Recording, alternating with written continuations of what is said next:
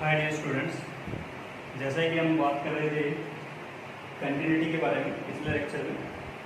तो कुछ क्वेश्चन वहाँ पे सॉल्व किए थे अपन ने, और वैसे अपन आगे कुछ क्वेश्चन और सॉल्व करने की कोशिश करते हैं। ये जो क्वेश्चन ले रहा हूँ वो सारे क्वेश्चन अपने पास ये जनवरी अटेम्प्ट वाले के क्वेश्चन हैं, जनवरी 2020। ठीक है, तो मेरे प्यारे विद्यार्थी थोड़ा ध्यान देना, क्वेश्चन सारे इजी हैं। कंटिन्यूटी का क्वेश्चन कभी भी टफ नहीं होता है। वैसा आपको ये ध्यान रखना है कि इसमें जहाँ सबसे ज़्यादा दिक्कत आ सकती है वो सिर्फ ग्रेटेस्ट इंटीजर फंक्शन या फ्रैक्शनल पार्ट फंक्शन, इन दो पर दिक्कत आ सकती है। अदरवाइज आपको क्वेश्चन बहुत ही ईजी मिलने वाला है। ठीक है, तो जैसे ये अलग अलग सेपरेट के क्वेश्चन है। ठीक है, एक क्वेश्चन मैंने आइडेंटिटी फंक्शन पे लिया है जो पीछे अपने पास रह गया था। ठीक है, चलो तो सॉल्व करने की कोशिश करते हैं। देखो दिया गया है, क्वेश्चन के टाइप देखना बस कि पहले इफ f(x) इज डिफाइंड, एक कोई f(x) फलन था वो परिभाषित है -1/3 से लेके 1/3 के बीच। ठीक है, फिर ये कोई फंक्शन अपने को दे रखा है, डिफाइन करेंगे x नॉट इक्वल टू 0 पे ये और x इक्वल टू 0 पे ये। अच्छा, बेसिक रूल क्या है अपने को ये पता है कि अगर फंक्शन जो भी डिफाइंड था अगर वो कंटिन्यूअस है, अगर वो कंटिन्यूअस है तो left hand limit right hand limit और फंक्शन की वैल्यू क्या होनी चाहिए, इक्वल होनी चाहिए। सही है। अच्छा, अपने को डायरेक्ट क्या पूछा है कि f(0) पे वैल्यू क्या है। ठीक है, अब अपने पास लेफ्ट के लिए राइट के लिए अपने पास सिर्फ क्या दे रखा है, ये एक ही फंक्शन दे रखा है x नॉट इक्वल टू 0, इसका मतलब 0 प्लस BC में है और 0 माइनस BC में है। ठीक है, तो मैं डायरेक्ट अपने पास जैसे पिछले वाले लेक्चर में क्वेश्चन किया सेम वैसे क्वेश्चन है। ठीक है, देखो लिमिट सपोज f(0) की वैल्यू दे रखी है अपने को k दे रखी है। ठीक है, और लिमिट x टेंडिंग टू 0, सिर्फ लिमिट एग्जिस्ट करवाने की कोशिश कर लिया अपने को। तो देखो क्या दे रखा था, 1/x log e base 1 plus 3x upon 1 minus 2x। ठीक है, ये कुछ क्वेश्चन दिया था अपने को। तो लिमिट अपने पास एग्जिस्ट करवा के फंक्शन की वैल्यू इक्वल करूंगा तो सपोज ये क्या जाएगा आपके पास में कंटीन्यूअस फंक्शन आ जाएगा। ठीक है, चलो तो देखो क्या दे रखा है, x टेंडिंग टू 0, ये 0 गया, ये 0 गया, 1/1 log 1 की वैल्यू अगेन क्या हो चुकी 0। ठीक है, तो ये अपने पास ये वैल्यू क्या हो चुकी 0, और ये फॉर्म कौन सी बन रही है 1/0, ये क्या हो चुका है इनफाइनाइट। तो 0 × इनफाइनाइट फॉर्म है कि, तो मेरे प्यारे विद्यार्थियों आपको ध्यान क्या देना, आपको सिर्फ ध्यान ये देना है कि 0 × इनफाइनाइट फॉर्म है, इसको किसमें कन्वर्ट करें। अब लिमिट का काम रह गया वैसे, या तो 0/0 फॉर्म में या फिर इसमें इनफाइनाइट फॉर्म में। ठीक है, तो मैंने क्या बोल दिया कि इस 1/x को ऐसे लिख के मैं क्या बोल दूंगी, ऐसे लिख दूँ। बात तो एक ही है ना भाई, 1 को इससे मल्टीप्लाई करोगे तो सेम वही रहने वाला है, x तो नीचे ही चल रहा है। सही है कि अब देखो अभी 0/0 फॉर्म है कि नहीं, देखो log 1 की वैल्यू 0। ठीक है, और नीचे आ गया फिर क्या होगा 0। अब 0/0 फॉर्म में तो आप अपने पास बेसिक रूल्स हैं। ठीक है, रूल आपको पता है कि 0/0 होता है, सबसे पहला रूल क्या लगाते हैं कि मैं एल हॉस्पिटल लगाते हैं। सही है कि जैसे मैं एल हॉस्पिटल लगाता हूँ तो k इक्वल्स टू क्या बन गया था, limit x tending to 0 log अंदर कंपोजिट चल रहा था अपने पास, तो पहले किसका करेंगे log का करूँगा तो कितना हो गया 1/1 plus 3x upon 1 minus 2x। ठीक है, मेरे प्यारे थोड़ा ध्यान देना, पहले log का कर रहे हैं, log का करूँगा तो log सपोज ये एनीथिंग था तो 1/anything, तो 1/anything लिख दिया मैंने। ठीक है, अच्छा अब जो अपने पास ये एनीथिंग चला था इसका भी क्या करना है अपने को,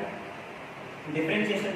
चलो अब अपने पास u/v जैसा फॉर्म दिख रहा है। ठीक है, तो मेरे प्यारे विद्यार्थियों अभी अपन ने डिफरेंशिएशन अगर जिसने नहीं सीखा है तो उसके लिए फॉर्मूला है d/dx, u/v का फॉर्मूला बन जाएगा v du/dx minus u dv/dx upon v²। बस ये याद रखना है अपने। ठीक है, अच्छा तो मैं डिफरेंशिएशन करता हूँ, तो डिफरेंशिएशन करूँगा तो देखो क्या बनेगा 1 माइनस 2x, डिफरेंशिएट किया गया 1 प्लस 3x को, तो 1 का तो 0 हो गया, 3x का कितना आ गया 3 आ गया, 3 किससे मल्टीप्लाई हो चुका आपके पास में 3 से मल्टीप्लाई। अच्छा माइनस, अब ध्यान दो 1 प्लस 3x को क्या कर दो छोड़ दो, 1 प्लस 3x को क्या करेंगे छोड़ देंगे, 1 प्लस 3x को छोड़ूंगा तो फिर 1 माइनस 2x का डिफरेंशिएशन 1 का कितना हो चुका 0, माइनस 2x का कितना हो चुका -2, और नीचे आपके पास में क्या बन चुका v², तो 1 माइनस 2 2x का होल स्क्वायर। अच्छा मेरे प्यारे विद्यार्थियों, अभी मैंने जो डिफरेंशिएशन किया वो तो सिर्फ कौन से वाले पार्ट का किया है, सिर्फ ऊपर वाले पार्ट का डिफरेंशिएशन किया है। अभी तो अपने नीचे वाले पार्ट का डिफरेंशिएशन करना, तो x का डिफरेंशिएशन होगा तो कितना आता है आपके पास में 1। चलो सिंपलीफाई करो कि limit x tending to 0 1 minus 2x कहाँ गया, ऊपर चला गया, 1 माइनस 2x ऊपर गया, नीचे अपने पास 1 प्लस 3x है। इधर अपने पास सिंपलीफाई करके लिखेंगे तो कितना हो गया 3 माइनस 6x माइनस और माइनस प्लस 2 और प्लस 3 टू जा 6x और नीचे अपने पास 1 माइनस 2x का होल स्क्वायर। और मेरे पहले विद्यार्थी ना समझ में आ रहा है बिल्कुल। 6x से 6x क्या हो गया, कैंसिल आउट, कितना बच गया आपके पास में, एक से एक पावर वाली चीज कैंसिल आउट, क्या बच गया आपके पास में, लिमिट x टेंडिंग टू 0 ऊपर आ गया 3 प्लस 2 5 अपॉन 1 प्लस 3x और यहाँ बन गया 1 माइनस 2x। अब मेरे पहले विद्यार्थी x टेंडिंग टू 0 अपने पास लिमिट पुट करते हैं, पुट करूँगा तो वैल्यू क्या आएगी, ये 0 हो चुका है, ये 0 हो गया, 1 इंटू 1 कितना हो गया 1 हो गया, वैल्यू कितनी आ चुकी है आपके पास में 5। तो डायरेक्ट आपके पास में लास्ट में कहाँ पहुँच गए, k की उसकी वैल्यू कितनी आ गई, k की वैल्यू कितनी आ गई आपके पास में 5। अच्छा तो देखो आपको बेसिक रूल पता होना चाहिए था, बहुत इजी क्वेश्चन था, ऐसा कुछ है नहीं कि आपके पास। तो मैंने बोला है कि बार बार ये की बात को रिपीट करता हूँ, लिमिट पे कमांड रखो, कंटिन्यूटी आएगी, डिफरेंशिएबिलिटी आएगी, कन्फर्म आएगी, ठीक है। अच्छा अब देखो हर शिफ्ट में क्वेश्चन नहीं पूछ रहे हैं, किसी शिफ्ट में आपके पास में 2 क्वेश्चन भी पूछ लिए और किसी शिफ्ट में आपके पास में एक ही क्वेश्चन सिंगल क्वेश्चन पूछा है, ठीक है। तो मेरे पहले विद्यार्थियों ऐसे अपने पास अगले क्वेश्चन को सॉल्व करने की कोशिश करते हैं। अब अगला क्वेश्चन क्या कहता है,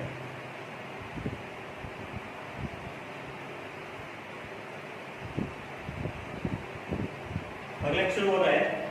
कि f(x) इक्वल्स टू x से छोटे वैल्यू 0 से छोटे वैल्यू पे, तो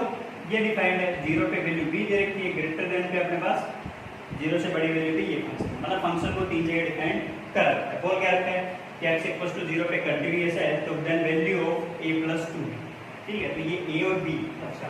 पहले वाले में भी k की वैल्यू अननोन फाइंड आउट करना था, यहाँ पर भी अपने पास अब देखो ये इन्वॉल्व है, a और b अपने पास क्या दे रखे हैं इन्वॉल्व है, फिर लेकिन x इक्वल टू 0 पे क्या दे रखा है continuous, right hand limit left hand limit और फंक्शन की वैल्यू इक्वल होनी चाहिए, ठीक है। अगर इक्वल आ रहे हैं तो इसका मतलब अपने पास कुछ ना कुछ वैल्यू तो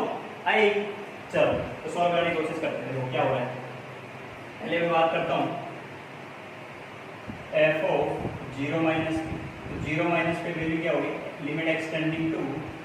0 माइनस, या देखो s tending to 0,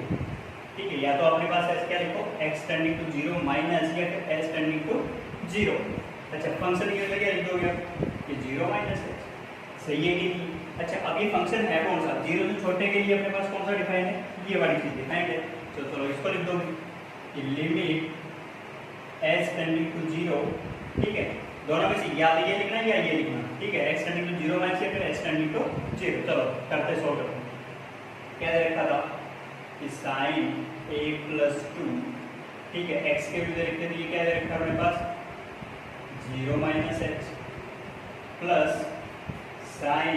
0 minus h, जहाँ जहाँ x दे रखा था उसकी वैल्यू क्या कर दिया मैंने 0 माइनस h, ठीक है, ये अपने पास वैल्यू दे रखी, ठीक है। तो मेरे पहले विद्यार्थी जैसे मैं s टेंडिंग टू 0 करता हूँ तो वो क्या बन रहा है आपके पास में, ये 0 0, ये वैल्यू भी क्या हो चुकी 0, क्योंकि साइन 0, ये 0 इंटू उस मल्टीप्लाई, ये पूरी वैल्यू क्या अपनी क्या आ रही है आपके पास में 0, सही है कि। अच्छा चलो ये f ऑफ 0 माइनस पे वैल्यू है, फिर अपने पास वैल्यू क्या दे रखी है, ध्यान दो कि f ऑफ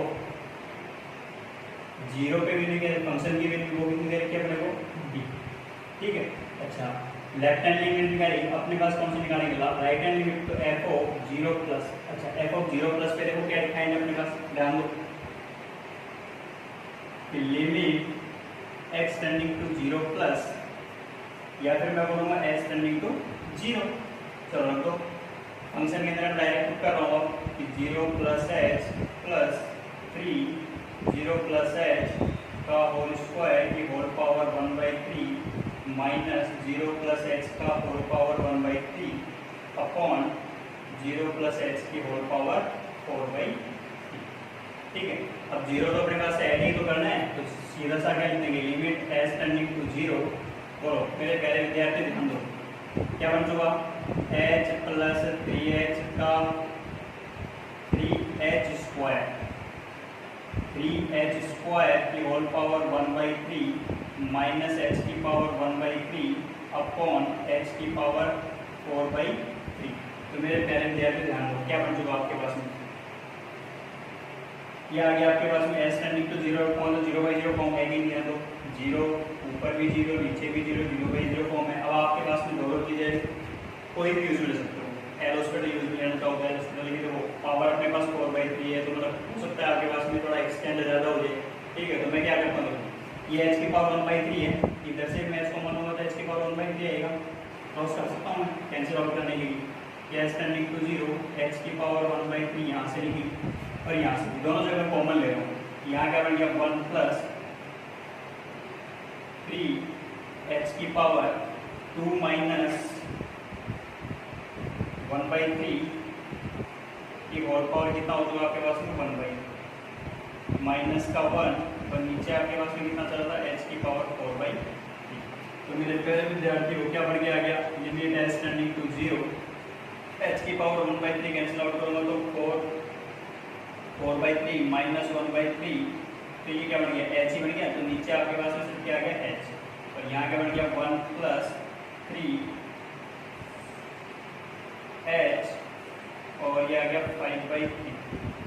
देखना सेम ही आ रहेगा, 3 2 जा 6 माइनस 1 5/3 की है, की होल पावर 1/3 माइनस 1 और नीचे आपके पास में बच गया सिर्फ। अब मेरे प्यारे विद्यार्थियों, limit using binomial expansion use में ले सकता हूँ, पावर देखो फ्रैक्शन में चल रही है सेम वही, तो पिछले एक लेक्चर मैंने अपलोड किया है उसी वजह से कर रखा है कि 1/3, अगर मैं 1/3 को क्या लूँगा, अब ध्यान देना 1 प्लस एक्स की पावर n होता है, तो 1 प्लस nx, मैंने क्या बोला था कहाँ तक एक्सपेंड करना है, हमेशा नीचे जितनी पावर रखी वहीं तक एक्सपेंड करो, तो डायरेक्ट क्या लिखूँगा कि limit s tending to zero 1 plus 3h की पावर 5/3 इंटू n कितना दे रखा है 1/3 माइनस 1 अपॉन में अपने पास क्या चुका h। बोलो मेरे प्यारे विद्यार्थियों क्या बना, 3 से 3 कैंसिल आउट हो चुका, 1 से 1 कैंसिल आउट हो चुका, ठीक है। अब आगे सोल्व करोगे तो वैल्यू कितनी आ चुकी, limit s tending to zero क्या बढ़ के आ गया पावर 1 थी 5/3 माइनस 1 कितना हो चुका 0 आ गया कि नहीं आ गया, बोलो 0 याद आएगी नहीं यार, कि 1 प्लस 3h की पावर 5/3, 3 से 3 कैंसिल आउट हुआ, 1 से 1 कैंसिल आउट हुआ, सिर्फ h की पावर 5/3 ऊपर है, नीचे कितना दे रखा है h है, तो 5/3 माइनस 1 कितना हो चुका आपके पास में 2/3, h की power 2/3 s tending to zero value क्या उसकी 0, ठीक है। तो मेरे प्यारे विद्यार्थी ध्यान दो कि आपके पास में f0 पे वैल्यू दी जा रही है फंक्शन की वैल्यू, f0 माइनस पे भी वैल्यू यही आ रही है 0, तो आपके पास में दिख रहा है 0 माइनस और ये 0 प्लस पे, सॉरी ये 0 प्लस पे, ठीक है। और फंक्शन की वैल्यू अपने पास पहले निकल के आ रही है f0 0 दे रखा है, सॉरी f0 कितना दे रखा है 3, तो मतलब ये चीज़ हो रही है। अब ध्यान दो इसका मतलब क्या होगा कि भाई आपके पास में बोलना क्या था कि then the value of a plus 2b, b की वैल्यू तो आप डायरेक्ट बोल सकते हो कि आपके पास में ये 0 प्लस और 0 माइनस पे वैल्यू क्या निकल के आ रही है, राइट और लेफ्ट लिमिट दोनों इक्वल आ रही है, इसका मतलब b की वैल्यू कितनी चल रही है 0। अब डिपेंड करता है कि a की वैल्यू क्या दे रखी है, ध्यान दो फंक्शन में a क्या दे रखा था आपने a प्लस 2, ठीक है। इसका मतलब a की वैल्यू कोई भी पॉसिबल हो सकती है क्योंकि 0 से जब इसको मल्टीप्लाई करो तो a की वैल्यू कोई भी पॉसिबल है, तो इसका मतलब आपके पास में a प्लस 2b की वैल्यू कितनी होती है, ठीक है। तो मैं डायरेक्ट बोलूँगा कि a plus 2b, b course को हमेशा 0 आने वाला है, तो a बिलोंग्स टू क्या रह गया r रह गया, इसका मतलब इसकी जो a प्लस 2b की वैल्यू हो क्या आएगी हमेशा रियल, ठीक है। तो थोड़ा अपने को प्यारे विद्यार्थी हो ध्यान क्या देना है, जो भी क्वेश्चन दे रखा हो उसको सिर्फ बेसिक रूल से सॉल्व करने की कोशिश करनी है, ठीक है। क्वेश्चन आपको इजीली समझ में आ जाएगा। चलो नेक्स्ट क्वेश्चन क्या दे रखा है, अब एक अगला क्वेश्चन अपने पास ग्रेटेस्ट इंटीजर फंक्शन का क्वेश्चन है, अच्छा क्वेश्चन है, मॉडरेट लेवल का क्वेश्चन है। अभी तक जितने भी क्वेश्चन सॉल्व किए उनमें मॉडरेट लेवल के क्वेश्चन नहीं थे, ठीक है, क्योंकि मैंने बार बार एक ही चीज रिपीट की है कि ग्रेटेस्ट इंटीजर फंक्शन के क्वेश्चन ही आपको क्या करेंगे, दिक्कत कर सकते हैं, अदरवाइज कोई क्वेश्चन आपको दिक्कत नहीं करने वाला, ठीक है। तो देखो क्वेश्चन क्या रखा है, एक limit x tending to 0 x greatest 4/x use to ये कुछ डिफाइन करके इसको बोल दिया कि ये a की वैल्यू है। अच्छा फिर क्या बोला है, इधर द वैल्यू ऑफ x, तो x के ऐसे कोई मान का हो at which f(x) is equal to greatest x square sin pi x is discontinuous at, ठीक है, मतलब x की ऐसी कौन सी वैल्यूज पॉसिबल है या x के ऐसे कौन से मान संभव है जिनके लिए फंक्शन क्या बन के आ रहा है, डिसकंटिन्यूअस, एस अंदर आ रहा, ठीक है। चलो तो सॉल्व करने की कोशिश करते हैं। सबसे पहले क्या दिया था अपने को कि f(x) is equal to greatest x square sin pi x, ठीक है। तो थोड़ा ध्यान देना मेरे पहले विद्यार्थी, सबसे पहले इंपॉर्टेंट चीज बोला गया था डिसकंटिन्यूअस। तो पहले मैं क्या बोलता हूँ कि भाई ये कंटिन्यूअस किस किस पॉइंट्स पे है। चलो देखो यहाँ पर x की वैल्यू आप जो भी दोगे, ठीक है, मल्टीप्लाई किससे होगा, पाई से होगा। x की वैल्यूज पाई से मल्टीप्लाई करोगे तो अपने पास साइन n/x कुछ बनेगा, सही है कि। अच्छा अब वो x या n क्या होना चाहिए था आपके पास में, अगर यहाँ पर x या n की वैल्यू इंटीजर होती, मैं आगे क्या बोलता कि if x belongs to z,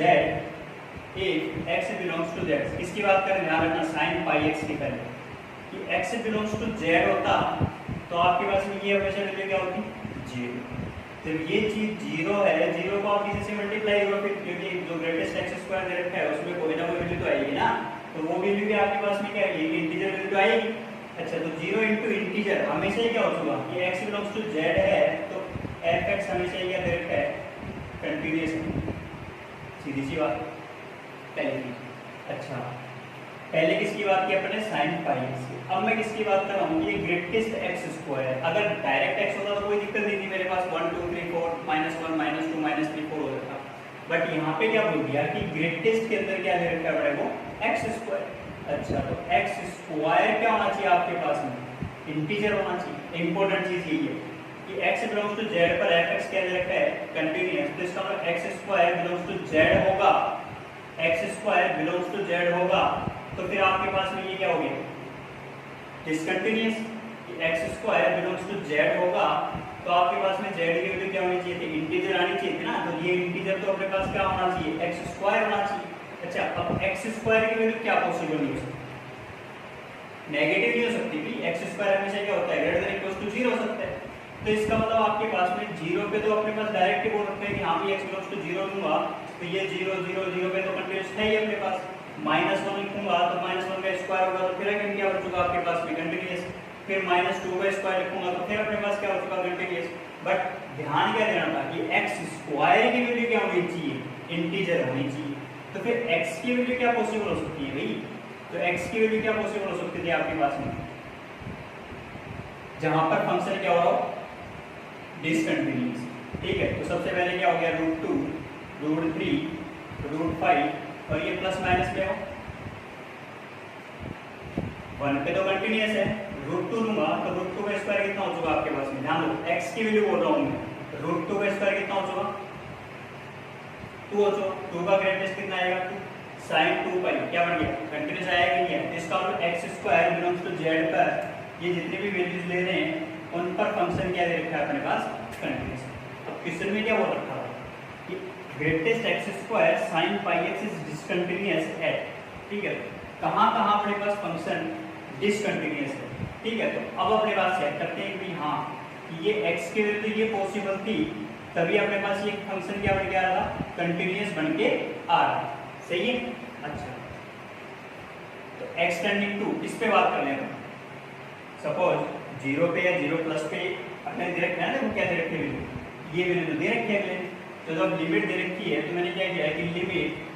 x tending to 0 x greatest 4/x is equal to a, ठीक है। इसको सिंपलीफाई करूंगा तो फॉर्म कैसे बनेगा, 0 4/0 इनफाइनाइट, इनफाइनाइट का ग्रेटेस्ट भी क्या होगा इनफाइनाइट, तो फॉर्म कैसी चल रही है आपके पास में 0 इंटू इनफाइनाइट या इनफाइनाइट इंटू 0 फॉर्म चल रही है पहली चीज। इसको क्या करते थे 0/0, इससे पहले वाले क्वेश्चन में मैंने अभी बताया था कि 0/0 फॉर्म या इनफाइनाइट फॉर्म में कन्वर्ट करना है। तो क्या लिखूंगा देखो कि limit x tending to 0 x as it is, अपने को पता है कि x कैसे लिखते हैं greatest x plus fractional x, सही है कि अच्छा जब ये चीज लिख रहा हूँ तो अपने पास यहाँ क्या बन गया कि 4/x होना चाहिए या फिर माइनस 4/x का फ्रैक्शनल होना चाहिए, सही है कि इजी को स्टॉप अपने को भी करना है। चलो तो limit x tending to 0 x से मल्टीप्लाई करूंगा तो मल्टीप्लाई करने पे अपने पास वैल्यू क्या रहेगी, ये कितना हो चुका 4 माइनस लिमिट इससे x से ये क्या बन चुका x into fractional 4/x is equals to, या इसके भी लगा लो लिमिट आ गई क्योंकि x अलग अलग कर दो, लिमिट x टेंडिंग टू 0, ध्यान रखना लिमिट एग्जिस्ट होगी तो ही अलग हो सकता है, और एग्जिस्ट हो रही है देखो कि 4/x ये वैल्यू हमेशा कहाँ जाएगी, आपको पता है 4/x में जो भी वैल्यू आएगी वो 0 से कहाँ तक आएगी 0 से 1 में, भाई फ्रैक्शनल पार्ट फंक्शन की रेंज क्या होती है 0 से 1, और जाती कहाँ है अगले में बोल रखा है कि 0 की तरफ जाओ, x को जब 0 की तरफ ले जा रहे हो तो फिर y कहाँ जाएगा, y भी 0 की तरफ ही जाएगा, तो ये तो डायरेक्ट ही आपको दिख रहा है कि ये वैल्यू तो अपने पास क्या हो चुकी 0 हो चुकी, तो a की वैल्यू क्या निकल गई आपके पास में, a की वैल्यू आ रही है आपके पास में 4। तो मेरे प्यारे विद्यार्थियों आपको ध्यान क्या रखना है कि कब फंक्शन अपने पास कंटिन्यूअस है कब फंक्शन डिसकंटिन्यूअस है। अच्छा तो जैसे हमने इस चीज के बारे में बात की कि a की वैल्यू कितनी आ गई 4, अब बोला है कि आपको कि root a plus 5 root a plus 1 root a plus 21 या रूट a, ठीक है, तो a की कौन सी वैल्यू पॉसिबल है जिस पर फंक्शन क्या दे रखा हो डिसकंटिन्यूअस दे रखा हो। तो देखो अगर a की वैल्यू यहाँ पुट करता हूँ 4 प्लस 5 कितना हो गया 9, 9 का रूट कितना हो गया 3, अच्छा x की वैल्यू 3 हो सकती है क्या, नहीं हो सकती क्योंकि बाद में 3 का तो अपने पास क्या दिख रहा है कंटिन्यूअस दिख रहा है, अपने को तो बात कौन सी करनी है डिसकंटिन्यूटी वाले पॉइंट्स की। अच्छा अगले वाले पे चेक करो 4 प्लस 1 रूट 5 डायरेक्ट आ गया, ये रूट 5 था हमारे पास भी, ये x बिलोंग्स टू क्या होना चाहिए था रूट 5, तो आपके पास में x इक्वल्स टू रूट 5 पे फंक्शन क्या दे रखा है डिसकंटिन्यूअस, ठीक है, इसका मतलब आपके पास में रूट 5 इसका क्या है डिसकंटिन्यूटी का पॉइंट। चलो अगले वाले को चेक करके देखो 21 प्लस 4 21 प्लस 4 25 5 नहीं है, अगेन a की वैल्यू रूट 4 बिंदु क्या हो चुकी 2 तो ऊपर फिर अपने पास क्या हो चुका कंटिन्यूअस, तो मतलब आपके पास में x की ऐसी कौन सी वैल्यू पॉसिबल थी जहां पर ये फंक्शन क्या दे रखा हो डिसकंटिन्यूअस, तो एक ऐसा एकमात्र पॉइंट है x इक्वल्स टू रूट 5 जहां पर ये फंक्शन क्या दे रखा है डिसकंटिन्यूअस, ठीक है। तो मेरे प्यारे विद्यार्थियों ग्रेटेस्ट इंटीजर फंक्शन में आपको एक चीज का ध्यान रखना है, पहले क्वेश्चन को समझने की कोशिश करनी है, ठीक है। इसके अलावा मैं दूसरा मेथड बता सकता हूँ आपको, वो एक नोट लिखूंगा, उस नोट के अकॉर्डिंग फिर अपने पास 3-4 क्वेश्चन करेंगे, उसमें आप इसी क्वेश्चन को दोबारा एक बार चेक करके देखना, वो डायरेक्ट मेथड है, ठीक है। वो डायरेक्ट मेथड क्या करता है वही थ्योरम है थ्योरम ऑफ कंटिन्यूटी, ठीक है, और थ्योरम ऑफ कंटिन्यूटी क्या कहती है कि आपके पास में दो फंक्शन है f(x) * g(x),